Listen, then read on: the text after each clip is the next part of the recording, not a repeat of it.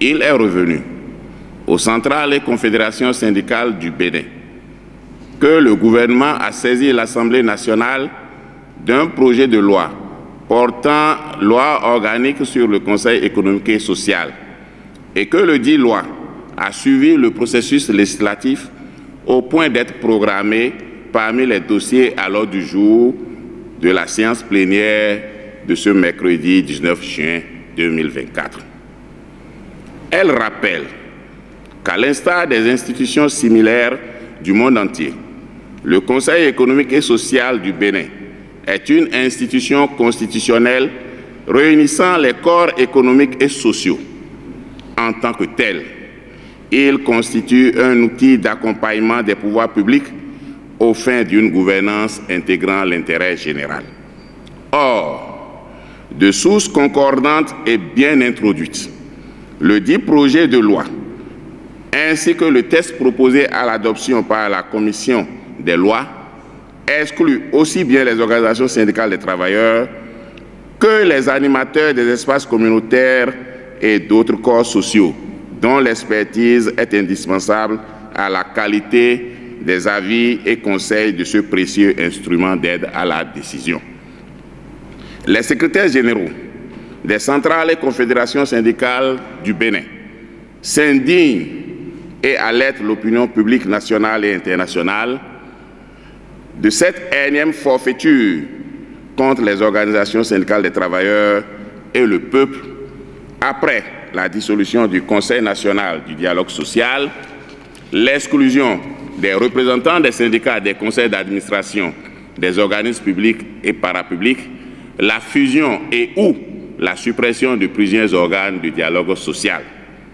Dans tous les pays du monde disposant d'institutions similaires, les organisations syndicales des travailleurs font toujours partie de sa composition.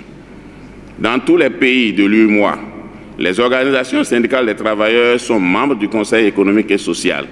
Au Mali, c'est un secrétaire général de confédération syndicale qui en est le président. Même au niveau africain, les organisations syndicales des travailleurs sont membres du Conseil économique et social et culturel ECOSOC de l'Union africaine. Au Bénin, depuis sa mise en place, les organisations syndicales des travailleurs ont toujours été représentées par 4 de leurs leaders. Dans ces conditions, qu'est-ce qui peut justifier l'exclusion des organisations syndicales des travailleurs du Conseil économique et social du Bénin? Que gagne le Bénin en s'illustrant aussi négativement sur le plan social? Dans tous les cas, les centrales et confédérations syndicales du Bénin informent l'opinion publique nationale et internationale qu'elles ont saisi le président de l'Assemblée nationale d'une demande d'audience à ce sujet. Nous souhaitons être reçus le plus tôt possible. Elles se réservent le droit de déclencher toute action nécessaire à la préservation de leurs acquis.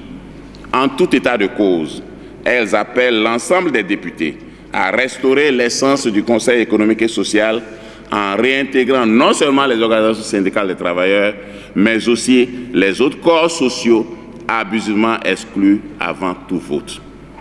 Elles élèvent les mêmes préoccupations par rapport à la loi sur la Commission béninoise des droits de l'homme. Elles rendent le gouvernement et l'Assemblée nationale du Bénin responsables de tous les déconvenus qu'engendrerait cette nouvelle exclusion.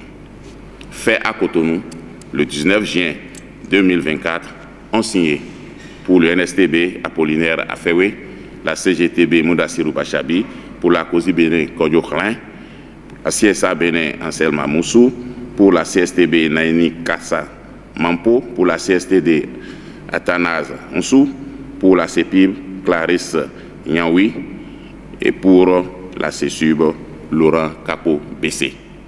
Je vous remercie.